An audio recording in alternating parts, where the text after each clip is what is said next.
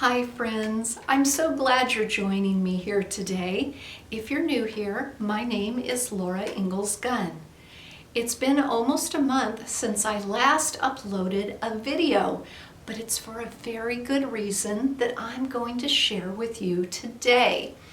About 2 weeks ago, I announced on Instagram that I am doing a very special collection to celebrate the 50th anniversary of the Little House on the Prairie television show. Now, as many of you who are viewers on here, you may be aware that this coming March of 2024, there is going to be a celebration and cast reunion in Los Angeles, and it is a 3-day event with many fun activities planned. And one of those includes the recreation of Miss Whipple's dress shop. And the committee that is producing this wanted to have some of the iconic costumes recreated. So this is where I have come in, and since December I have been hard at work working on this collection, and today's costume, which is featured here, is very special to me. And so I had set up an Instagram live where I talk about this costume and what it means to me and how it was created. And I tried filming it. It was very hard to be presenting to 2 different cameras. And as I was home by myself, well, you'll see in the next segment, I'm not always looking at the camera, and sometimes I forget to share. I apologize, but there's still so much good information about the upcoming festival, costumes that I've made so far, and what costumes that I have planned for the future. Now you'll want to get a cup of tea because I think this is perhaps my longest video yet. But if you love Laura and the Little House books and television show, I think you'll really enjoy this episode. Hi Little House friends, happy Saturday. I hope that you are keeping cozy. It is a brisk 27 degrees in my neck of the woods. And today I just wanted to talk about some of the costumes that I am currently working on. And if you are perhaps fairly new to my Instagram or YouTube channel, I'll go over a little bit of the background as to how this project came to be.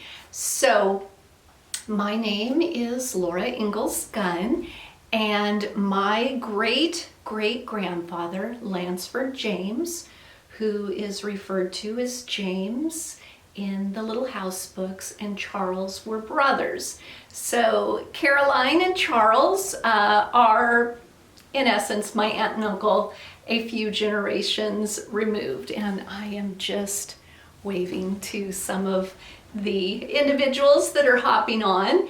And I'm also recording this for YouTube, so if you want to refer to it later, there's just a few more things that I can add to YouTube, laying on photographs, and you'll get that later this afternoon after I edit it.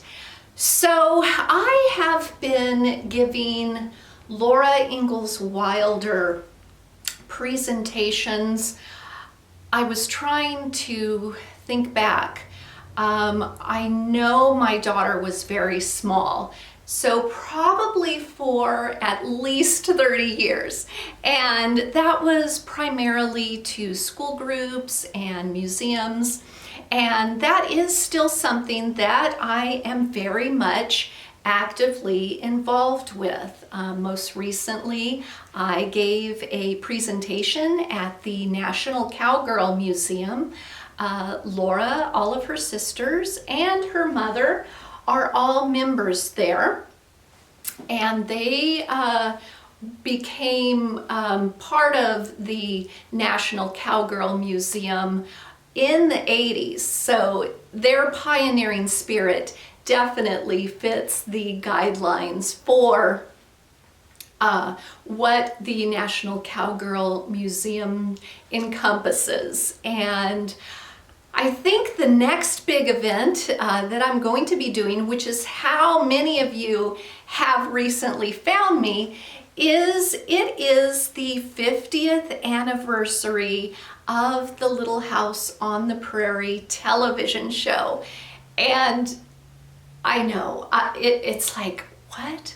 Really? How is this possible?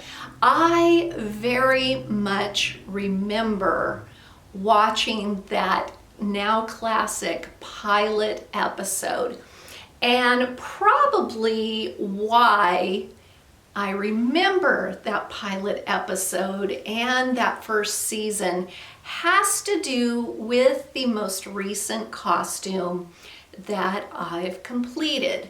Now, for those of you who are fairly new here, for the past 5 years, I have been recreating 30 of the ensembles, if you will, the historical ensembles that Laura Ingalls Wilder so beautifully described in the Little House books. And that is, of course, Carrie's little pink dress and Ma's black and white gown with its poofs and shearings, and Nellie Olson's silk polonaise. And it took 5 years to do that because of the tremendous amount of historical research that went into creating those, and then occasionally having to draft the patterns. I was able to find some existing historical patterns, and so all of that was compiled together, and many of the images for the book were shot at the Little House on the Prairie in Independence, Kansas. That's not too far from where I live, actually, and I have a wonderful relationship with the Schodorfs, who own the property, and I will definitely be at the Kansas celebration at the end of May. So with that historical book of Little House fashions finished, I started to think about what I wanted to do for my next project. And as it became very well known that this is the 50th anniversary year, I thought, wow, I would really like to create some of the costumes.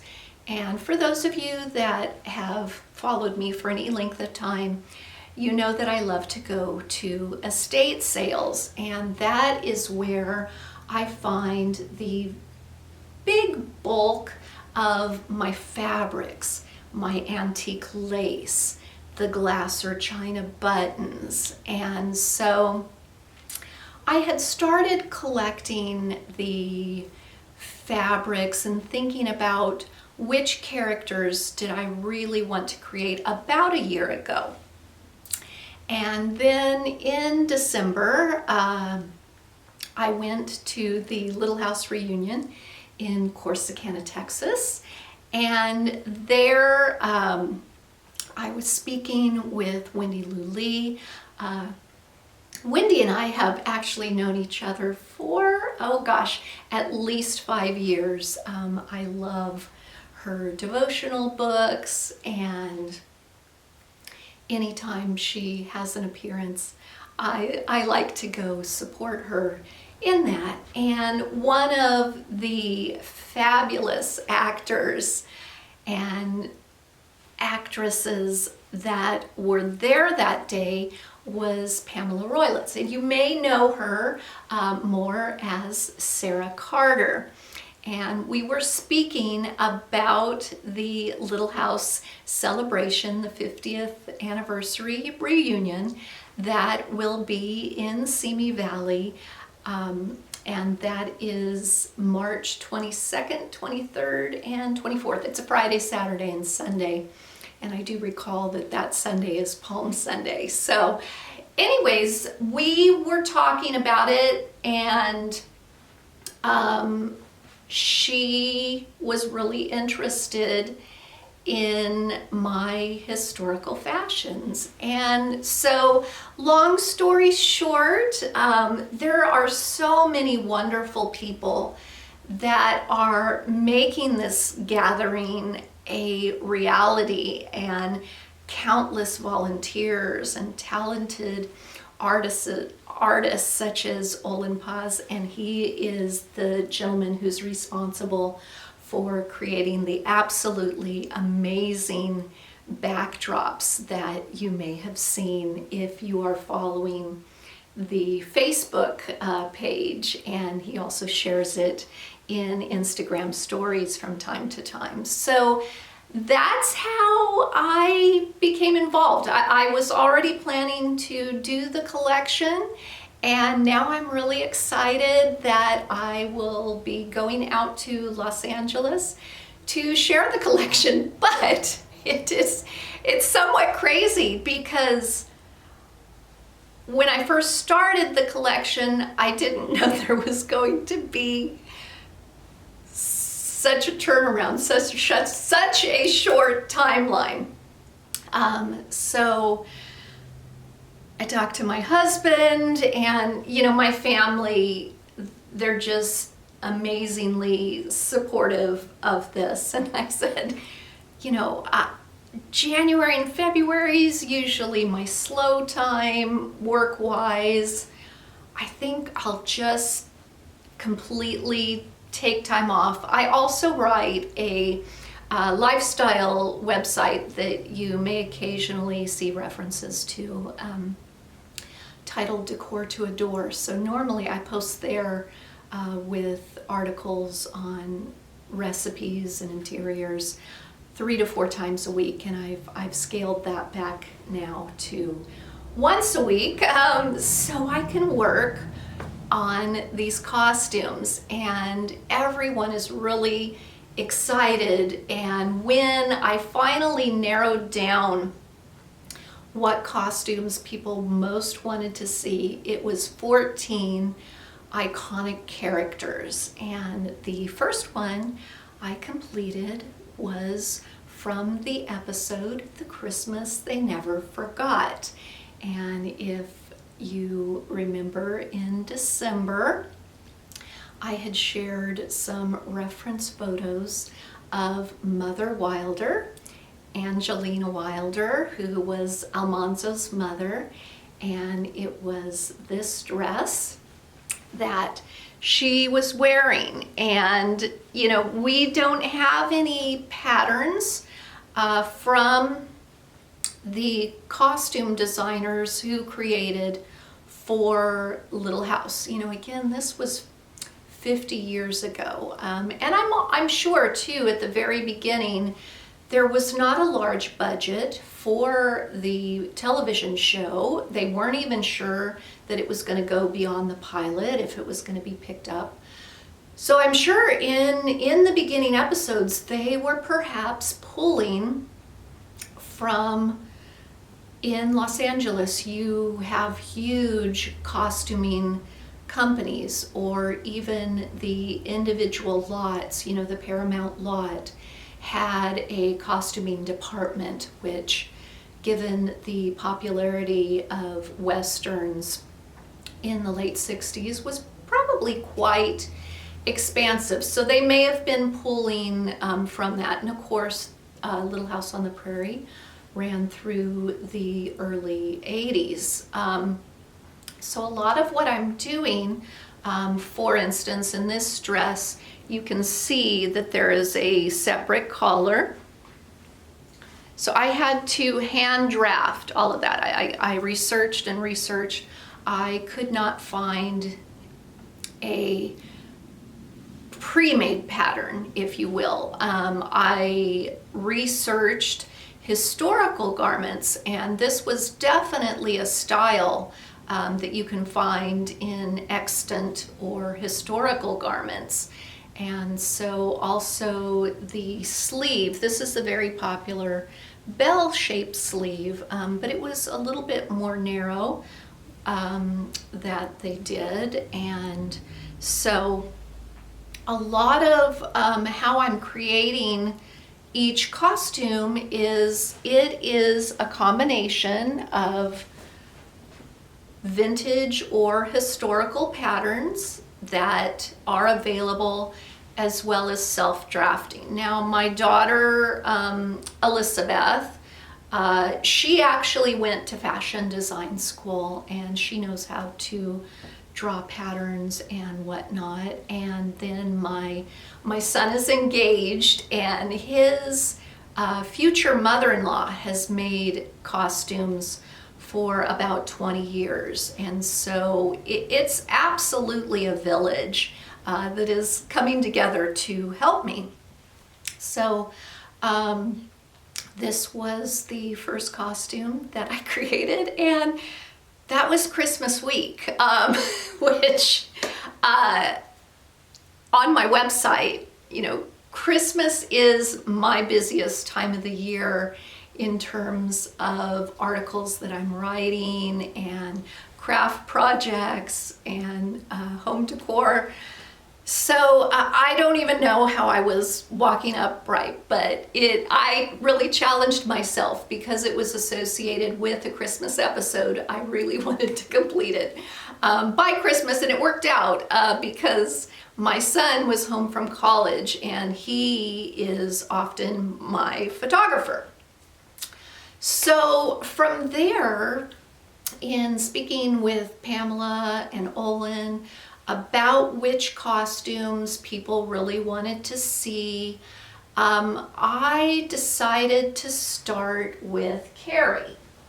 And you may have seen her a couple of weeks ago, and I have her dressed on a actual child-sized mannequin. But you know, it was important that we have her pantaloons, because if you remember, you know, she was struggling a little bit with her pantaloons. And you know, with each costume, I also try to incorporate a historical element. I guess if I had a signature, that is it. So for Carrie's, we have antique china buttons on the back of her pinafore, and then on the dress we have antique mother of pearl buttons. And so that just kind of brings in the element of the pioneering spirit.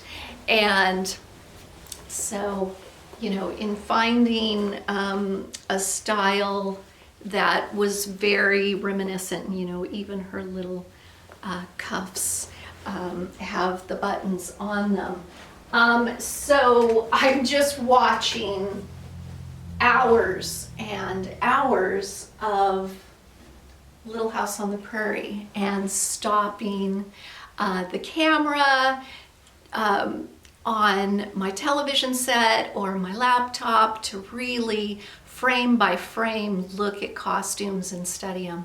And a gentleman by the name of Eric Caron has also been graciously helping me with screenshotting some of the images so that I can really study how each costume is made. And so I haven't shared each costume. I do want some of the costumes to be a surprise for visitors that are coming to the celebration in March. I shared a little snippet of Nels Olson's vest, and So this past week, I started working on this costume. And when I asked for guesses, particularly on Facebook, I am very impressed. You guys knew instantly who it was. And I have to take a moment. This costume was in my top 3 that I was absolutely going to make, irregardless if anybody else wanted to see it. I wanted to create this costume, and the reason is this is Mrs. Beadle. Now, I don't know about you, but I loved Miss Beadle. Oh, she was my favorite. And I thought that her blouses were just so beautiful. You know, I was 6 and 7 years old when the show premiered. And so to a little girl's heart, with all of the frills and the bows, and oh, I thought she was so beautiful with that wonderful blonde hair. But there was also another reason that I really connected with the character, and that is because of the actress. And many of you know that our beloved Miss Beadle was played by the legendary Charlotte Stewart. And in a fun, godwink, coinky-dink, and there's our Gracie. Sorry, we're gonna keep going.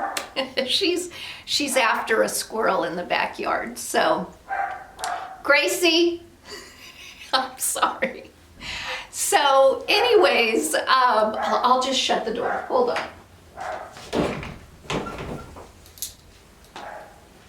You can probably still hear her, but that's real life, right? Kids, dogs, husbands, you're always going to get real life on my channel. All right, so Charlotte Stewart and I both grew up in the very same small Northern California town, and it is just a fun connection that goes beyond our connection of Little House. And so, you know, Miss Beadle has a special place in my heart. And I can remember being 6 years old when the television show premiered, after the pilot had come back and they had green-lighted the television series. And they introduced Miss Beadle, I think it was in the 3rd episode, possibly. And so, anyways, our local newspaper, I remember it was on the front page, and it was basically along the lines of "Local girl makes it in Hollywood." So everyone in our tiny Northern California town knew that Charlotte Stewart was playing the role of our beloved Miss Beadle. Now, this was the color combination. The one thing that I really loved about the costumes on Little House on the Prairie is it was, in a way, realistic, because they wore the same things over and over and over, just like you would today. In the episode where Miss Beadle gets married, she's wearing this blouse, but it's with a navy skirt. But I loved it. And when I upload the YouTube video, I will share some of the screen grab images that show Miss Stewart wearing this combination. Now, in terms of style and what this is historically close to, I would say that this look is more of an Edwardian look. It has very similar lines of the pigeon blouses that were very popular at the turn of the century. And this was a separate belt. They were often referred to in the Belle Epoque and early Edwardian as dip belts. And some of them dipped down in a slight V, and some of them were just the cummerbund style. Now, I did study quite in-depthly the skirt first, and you know, in the television show, it is set in Walnut Grove, Minnesota, which is an actual place, and there's a wonderful museum site there that I encourage you to go to. So Miss Beadle was a character in this book, and when the girls first go to school, Laura refers to her as teacher, and the description of her is so sweet. And she later talks about that she goes to buy a pencil from Mr. Beadle's store where teacher lives. So there was a real live teacher named Miss Beadle. And on the banks of Plum Creek, the timeline for that is 1874 to 1876.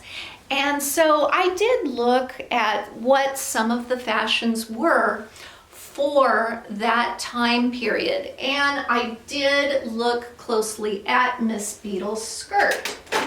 So she's a creaky old girl, but you can see that the back is pleated all along here, and that was based on the costume on the television show. And then the front of the skirt was smooth and fitting, and then it was sort of an A-line shape.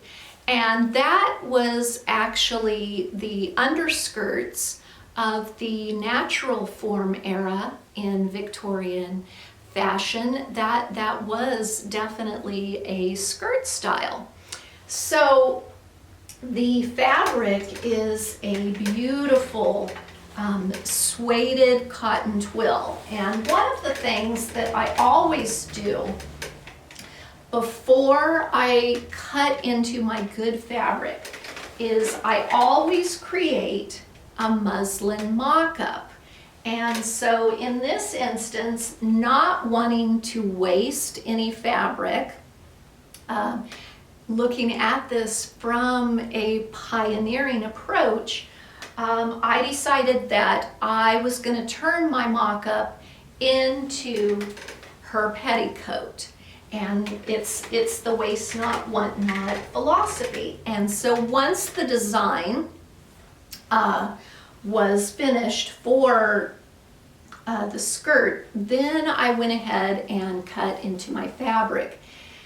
And you know, this is the drape of this fabric is just so wonderful, because when you watch Charlotte Stewart on screen as Miss Beadle, her skirts always just flow so beautifully. And so I wanted to make sure her skirt had that drape. And to find this color of eggplant or aubergine, or some people might refer to this as a wine color, this fabric was found through the Mad Anachronist.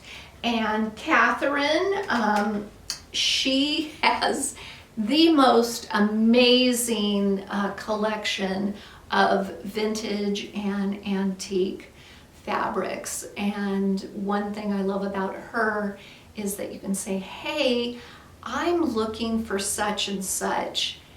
Do you happen to have it? And I can only think of a very few times where Catherine didn't have what I needed. So I will definitely link to her Instagram account. She is an excellent resource to have. So the skirt and the petticoat and the belt, all of that probably took about 20 hours for me to create. And why does it take so long? Well, when you are creating a mock-up, and this is the mock-up I'm now working on, Laura's Sweet 16 bodice. And so this is my muslin mock-up that I'm using, and I often use sheets that I find at the thrift store, estate sales, garage sales. You know, you're completely sewing the garment, and each person that I'm fitting it to, that pattern then has to be adjusted, because our bodies are wonderful. We have curves and bumps, and shoulders might be smaller, shoulders might be broader. And so I adjust so that it fits as well as it possibly can. So that takes some time. Also, in thinking about the costumes from the television show, because you see them year after year after year, and even after Charlotte Stewart left the television program, you see some of her blouses being worn by other characters. Her yellow eyelet blouse, I could tell, was later dyed a soft green, like a nice sage green, and that was worn by Eliza Jane. So they did not believe in fast fashion in the costume department on this television show. And so I'm assuming that the individual that created all of these costumes really took the time to finish their seams. And what do I mean by that? Well, so I imagine these costumes are getting laundered or dry cleaned quite a bit. And so to really make a strong seam that won't separate and will hold up, you want to use French seams, or you want to use flat felled seams. And in a moment, we'll take the blouse off the mannequin and I'll show you some examples of what I did to really capture the spirit of the costumes and how the dressmakers were making sure that these costumes held up. And so for Miss Beadle's blouse, it was made out of eyelet, and one of the things is it had to be a very specific blue.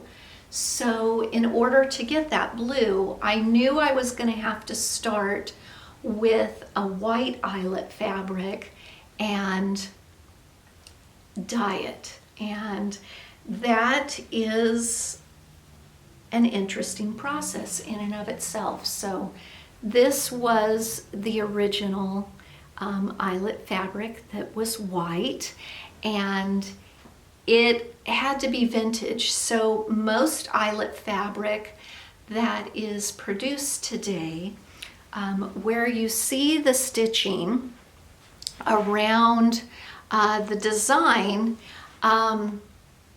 they use polyester thread, which that resists dye.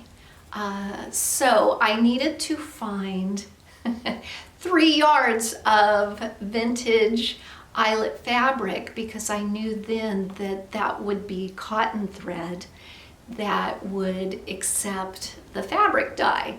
And so that's where it gets a little fun. So I gathered up my pieces and I get little scraps, and I had 3 different colors of blue dye. One was a Rit denim, one was a royal blue, and the other was another brand that is escaping me at the moment. So, you know, they're all a little bit different. And then it was the Rit royal blue that closely matched. Once it was dyed, I ran it through the washer a couple of times to get that softer shade. And so in studying the blouse, the ruffle that is at the neckline and at the cuff, that was a different eyelet. So again, the search was on to get all cotton eyelet.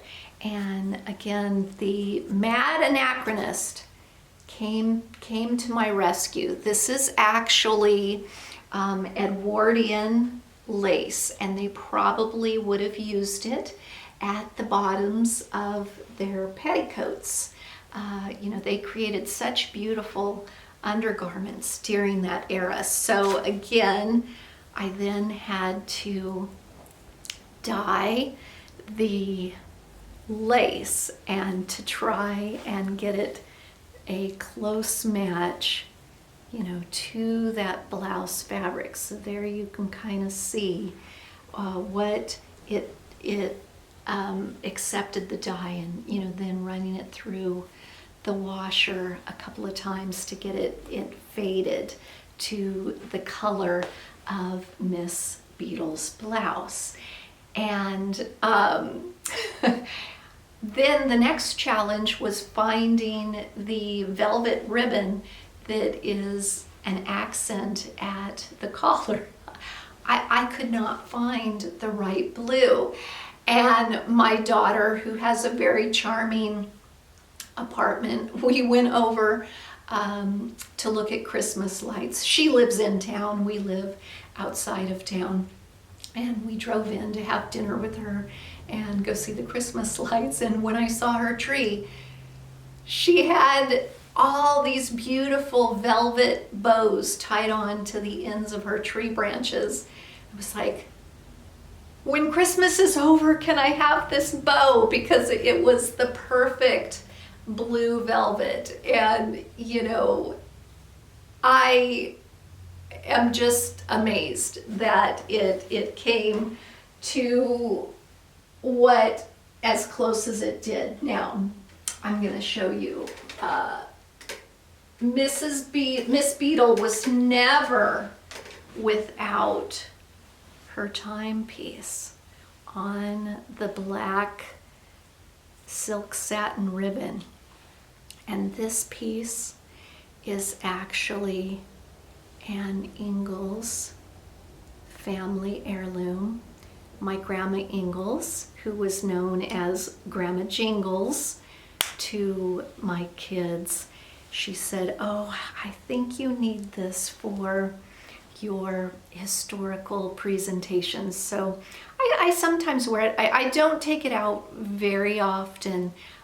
It's so pretty, but of course, for Miss Beadle, I had to hang it on Miss Beadle's blouse, you know. And one of the things that is in costuming to really encompass the character of whoever you're creating, accessories often play a big part. And so when I was thinking about Miss Beadle, I have a McGuffey's reader that you often see the little kids, so I will probably prop the McGuffey reader. But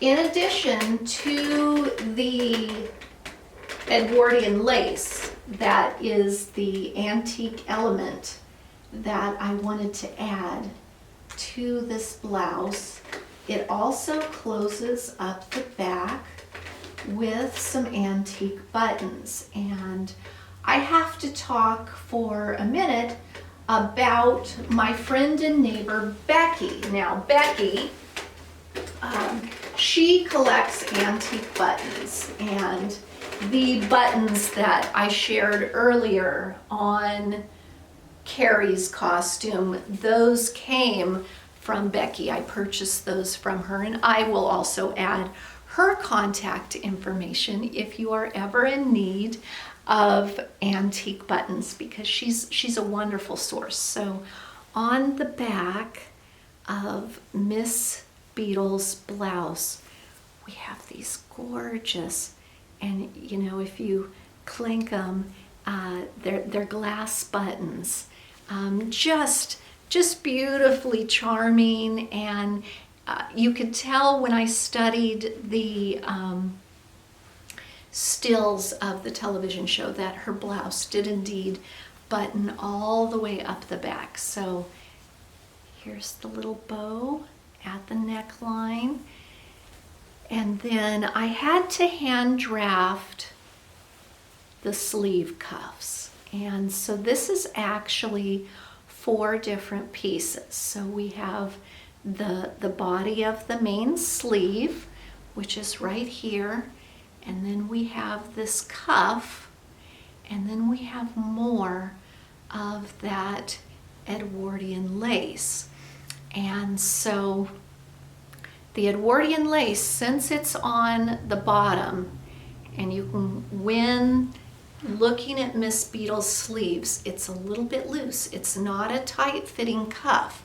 So I didn't want the seam to be raw. So that needed to be a French seam. And so that's an enclosed seam right there. That's what a French seam is.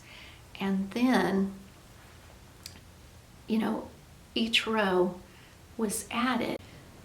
My apologies, my camera card was full, and as I was at the house myself, I couldn't enlist the help of anyone to transfer it out. I think I'm able to record up to 45 minutes, and then my camera just says, we're done. So we were talking about the cuffs on the blouse, and I was explaining how I kind of self-drafted this pattern, and the interior showcases a French seam, and then there's also a second interior cuff pattern, and that was hand sewn in because I didn't want any stitch lines on the outside. And the interior of the blouse, really trying to encompass what the costume makers were wanting to create in a garment that looked nice on screen but would also be very durable. So all of the interior seams of the blouse feature French seams. And I think this is a good time to also point out this blouse required pattern matching. So I was very particular on how the pattern was laid out, and that on the side seams where it was matching, it kept the same design. And then on each of the sleeves, they both feature the same placement, so that when you're reading the garment from sleeve to sleeve, you see the pattern matching, the pattern detail. And that takes time, that takes careful cutting and laying out of the pattern. It requires planning, and it does use up a little bit more fabric, but I think in the end it results in a garment, you know, that is truly beautiful. And you know, this making sure that the ruffle matched on the back closure and that all of the seams, they all line up, and you know, where it's joined underneath the armpit, that all lines up. So I'm a very slow, precise sewist, and in the end, this costume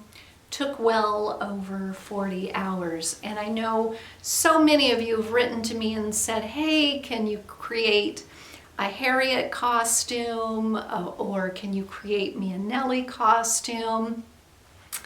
And in short, in just trying to source the right types of vintage fabric, it's not just, you know, I'm not able to go to a store and buy more. It's definitely a true labor of love, selecting the fabrics, hand drafting the patterns, and then meticulously sewing them. So just for this one outfit for 40 hours, I'm not sure what you make for 40 hours of work, but you know, you're looking at a garment that it's like, okay, no.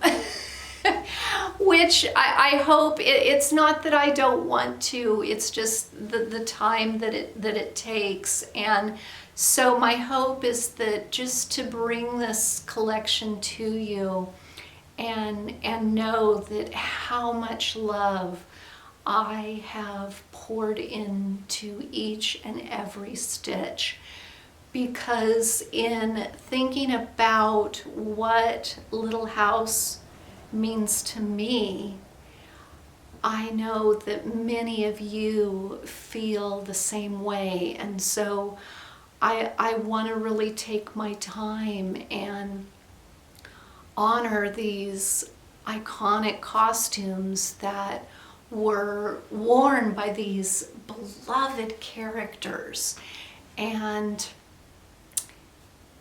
it's important to me that they are created in a true spirit of love and kindness, which I think when many people ask, why do you think that the show is still relevant even 50 years later? And it's because those messages of compassion, helping your neighbor, loving those who are different, those are all important messages that we should carry and act upon in our daily lives today. So I hope that you have enjoyed this small glimpse into how I am creating some of these iconic characters